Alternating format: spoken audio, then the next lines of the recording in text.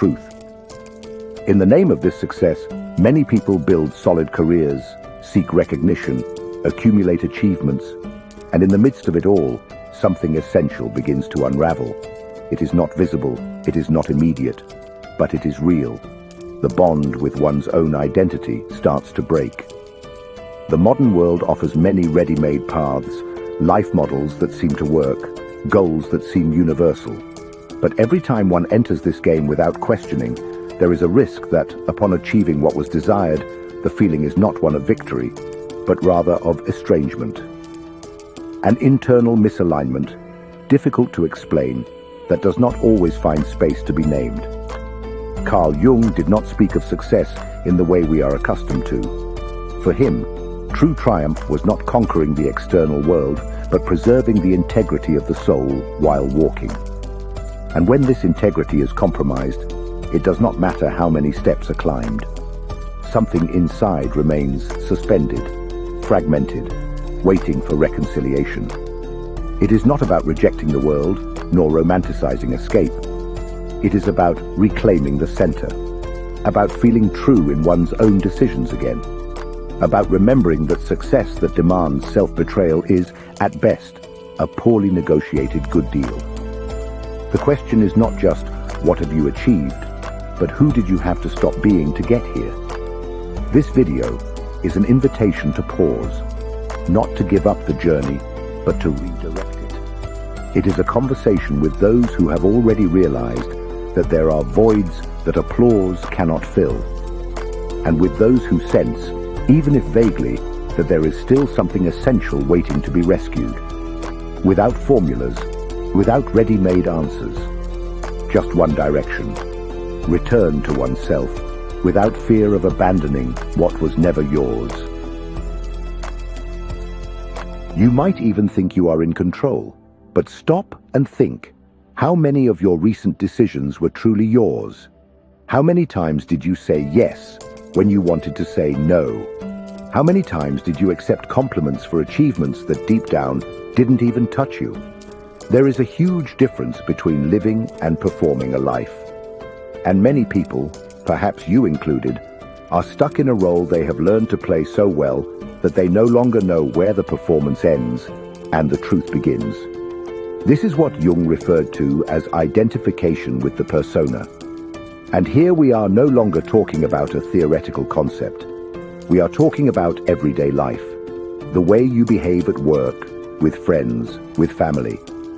How you calibrate your words to seem professional, pleasant, mature. How you mold your emotions to fit situations, even when everything in you wants to overflow. Constantly performing is exhausting, but more than that, it is alienating. You start to build relationships based on the image you project, not on the essence you carry. And then, no matter how surrounded you are by people, you begin to feel lonely, because you realize that no one knows who you really are. And perhaps you don't know anymore either. The disconnection from the self doesn't happen overnight. It settles in gradually. It starts with small concessions. You swallow an annoyance here, accept an expectation there. You begin to measure your words, to edit your spontaneity. And one day, you wake up with the feeling that life is passing by without you in it. And here lies the danger. The world will continue to applaud your performance.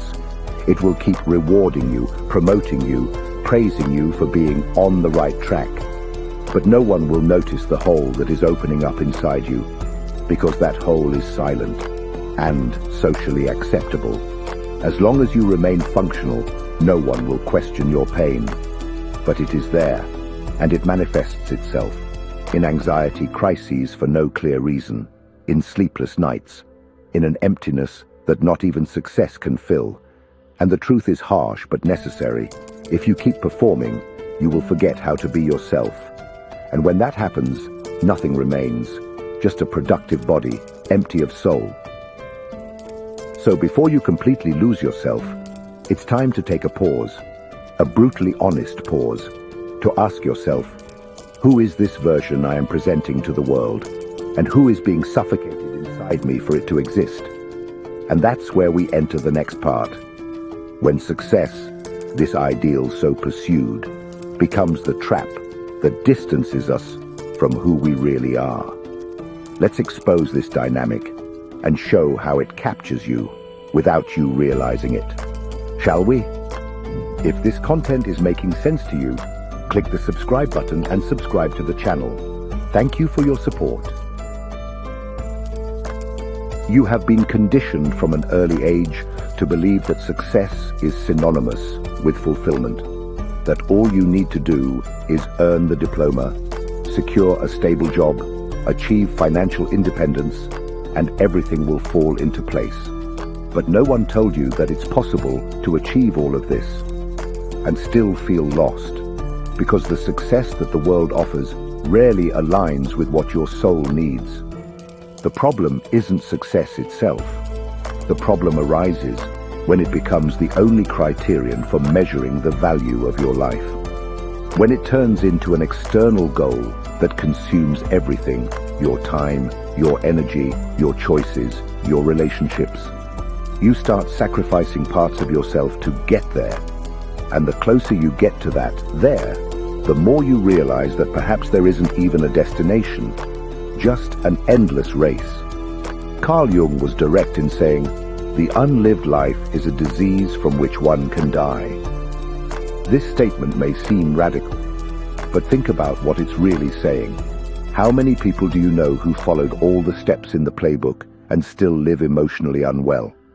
With recurring crises, broken relationships, a constant feeling that something is wrong? This is not a coincidence. It is the direct result of an existence disconnected from one's own essence. Success based solely on external goals comes at a high price. It demands that you mold yourself to environments that do not always welcome who you truly are.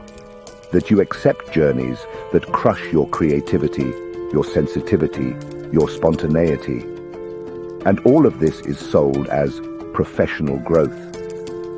But what no one talks about is that for many people, this growth comes at the cost of internal erosion. You climb the ladder, but perhaps it's leaning against the wrong wall.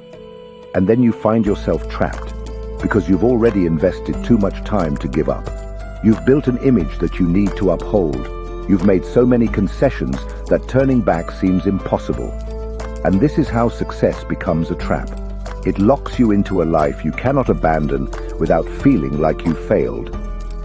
But true failure isn't changing course. Failure is continuing on a path that empties you just because it works on paper.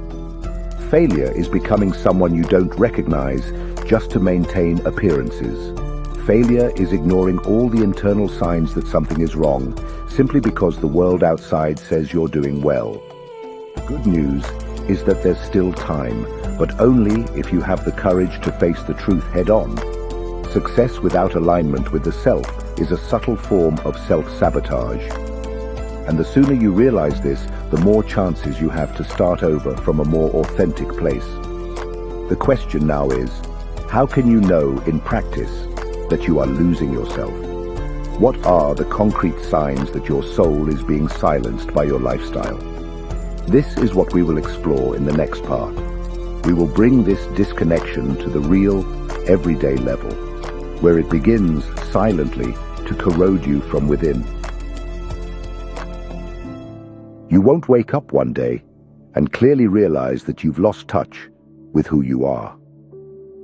The disconnection from the self doesn't announce itself with sirens. It arrives slowly, with subtle signs, camouflaged in the everyday. And that's precisely why it's so dangerous. By the time you notice, you've already been living for months, sometimes years, as an edited version of yourself, designed to function but incapable of feeling. So how can you know if this is already happening to you? Start by observing your decisions. How many of them are made with internal conviction? And how many are based on the fear of disappointing, of stepping out of line, of losing something that others deem important? When you say, "I want this," does that desire come from your core? or from the expectations that have been projected onto you. Pay attention to your silences, those moments when you swallow the urge to say something important, when you censor yourself before expressing, when you avoid conflicts not out of maturity, but out of fear of revealing something that doesn't fit the character. Every time you hold back to preserve an image, you abandon a piece of yourself. Observe your energy, not in the physical sense, but in the psychic sense. When you finish the day, do you feel drained or nourished? Do the activities that consume your hours feed you in some way, or do they just exhaust you? Living disconnected comes at a cost. You start to feel numb. Things lose color, intensity. What once moved you now goes unnoticed. And the worst part, you begin to accept this as normal. Another clear sign, your emotions become disproportionate or confusing. Small frustrations lead to exaggerated reactions, or on the contrary, moments that should move you pass without impact. This happens because when you distance yourself from the self, the unconscious starts to demand payment. Repressed emotions, ignored desires, neglected needs. All of this accumulates like underground pressure, and eventually it starts to leak through the cracks. And there's more. Your identity begins to dissolve. You feel like you're always adapting. A you at work, another with friends, another in the family. But none of these seem true. It's as if you're constantly trying to meet different versions of what others expect from you, without being able to access your own essence anymore. This also manifests in the difficulty of being alone, because silence becomes unbearable. It reveals what you're trying to avoid, the fact that you no longer know what moves you, what you truly want, what gives you meaning, and that is frightening. These are the symptoms of a life that is drifting away from its axis. They don't appear dramatically, but persist like a background pain, a constant restlessness, an impression that something is missing even when everything seems to be in place.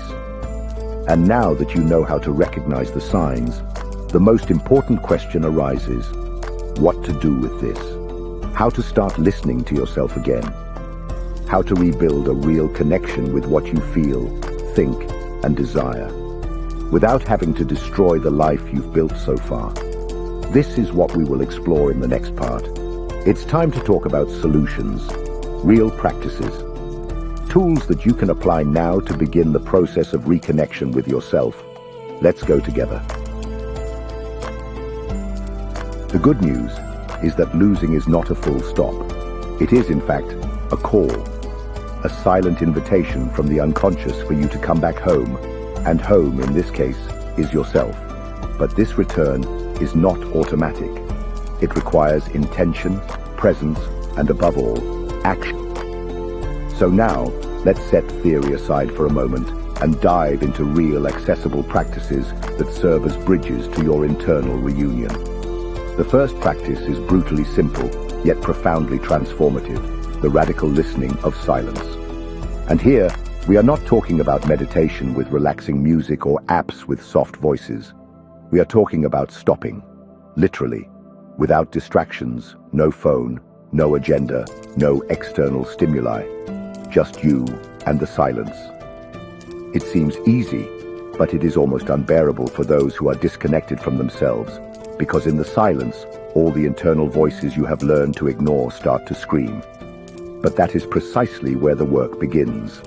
The initial discomfort is the price of reconnection. Another powerful practice is what Jung called dialogue with the unconscious, something you can initiate through deep journaling. Take a notebook and write everything that comes to mind without censorship, without trying to sound intelligent or coherent. Write as if no one would read it, because no one will. This exercise activates a kind of direct channel to the part of you that has been silenced for too long. And it is in this space that dormant truths begin to emerge. Sometimes they come in the form of memories, other times as anger, sadness, forgotten desires. And all of this needs to be welcomed, without judgment. Also include in your routine what we call rituals of symbolic reconnection. This can be a daily walk without music, where the goal is not to get anywhere, but simply to listen to what the body feels. It can be the act of cooking something with mindfulness as a gesture of care for yourself, or even the practice of saying no to something small, just to feel the strength of your own will being respected. These small gestures have immense power. They communicate to your unconscious that you have come back to exist and that you are ready to take back control of your own life. Another crucial point is the practice of progressive sincerity. Start to gradually test what it is like to live more aligned with what you truly think and feel. This does not mean going out and vomiting truths or cutting off relationships impulsively. It means observing where you most silence yourself and starting to express yourself there. It means identifying where you most pretend and, little by little, beginning to be true. Each micro-choice of authenticity strengthens the psychic structure that reconnects you with yourself. But know this: this path requires deconstruction, and deconstruction is frightening, because the more you start to live from yourself, the more you begin to displease others, especially those who benefited from your performance. And that is what we are going to talk about now. In the next part, we will face one of the most difficult and liberating stages of this process: the pain of disappointing others. Because it is inevitable, and paradoxically, it is the greatest sign that you are finally starting to live for real. If this message speaks to something you've been quietly carrying, you'll find real value in my ebook, Beyond the Shadow. It expands on Jung's core ideas and gives you practical tools to reconnect with your true self. Link is in the pinned comment. No deep transformation happens without discomfort, and one of the most feared and inevitable is the discomfort of disappointing those around you while you were still performing. When you start to reconnect with yourself, when you begin to say no to what you previously accepted, when you start to set boundaries where there was only adaptation before, something changes, and others feel it, not always in a calm way. You start to notice this in the small reactions. The colleague who is bothered because you no longer wanted to fit in, the relative who is offended because you didn't follow the path they envisioned for you, the friend who is taken aback by your honesty, and most importantly, that unspoken look of disappointment that tries to make you revert to your old role. The truth is that when you start to live more truthfully, you break invisible agreements, emotional contracts that were never written but had been in effect for years. And here lies the central point. Most people are not disappointed in you. They are disappointed in the version of you that they themselves created. The disappointment is not with your truth, but with the image you maintained to sustain relationships that may have been unbalanced from the start. But this pain, which seems so cruel at first, is also a sign of rebirth. Because every time you disappoint someone by being true, you are confirming within yourself a new pact. A pact of loyalty to your own soul. This requires courage, because the natural impulse is to give in, to retreat, to apologize for being a bother, to go back to performing to preserve others' affection. However, there is a brutal detail. The price of avoiding this pain is too high. Avoiding disappointing others almost always means disappointing yourself. It means silencing legitimate desires, suffocating uncomfortable truths, and accepting to live in relationships based on conditioning and not on authenticity. Jung said that individuation is a process of separation, separating from the masses, from inherited values, from social roles that no longer serve. And that hurts, because for a time, you will seem strange, inconvenient, even selfish. But it is important to remember, there is no way to truly find yourself without losing what is no longer you. And over time, something magical begins to happen. The relationships that remain after this transformation become more real. more nourishing, because they are based on who you are, and not on what you offer as a mirror or shield. And new connections arise, now based on truth. People who resonate with your authenticity, not with your performance. This is the beginning of a new cycle. A cycle where success is no longer measured by applause, status, or external acceptance, but by something deeper, quieter, and more powerful. The ability to recognize yourself in the mirror and feel peace. And it is precisely with this image that we will conclude our journey. The conclusion of this path, where true success ceases to be a race to become an internal reconciliation. A life where you finally become whole again.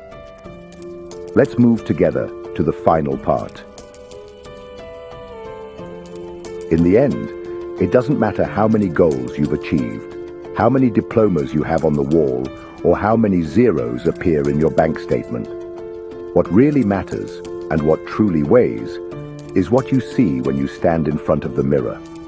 Not the bathroom mirror, but the one of consciousness. The one you face in the silence of the night, when the masks fall, when the noise of the world ceases, and all that remains is you with yourself. Carl Jung reminds us that the soul has its own rhythm. It doesn't chase after goals. It isn't impressed by achievements. The soul wants truth. It wants integration. It wants wholeness. And if you spend your entire life trying to fit into external models of success, you inevitably sacrifice what would truly make you complete. Your authenticity. True success, then, is not a finish line. It is not a "I made it" plaque on the wall. It is a continuous process of internal alignment, a commitment to live with courage, even when the truth is uncomfortable, a pact with your own conscience, to not abandon yourself anymore, even if it means disappointing others, starting from scratch, or making decisions that no one will understand. And here's the secret that few have the courage to say: living your own truth hurts at first, but it liberates in the end. You may lose some people, some opportunities, even some stability, but you will gain something that nothing in this world can offer: internal integrity. And believe me, this is the foundation of any real happiness. If you've made it this far, it's because something in you is already awakening. Something in you has already understood that you can no longer continue living half-heartedly.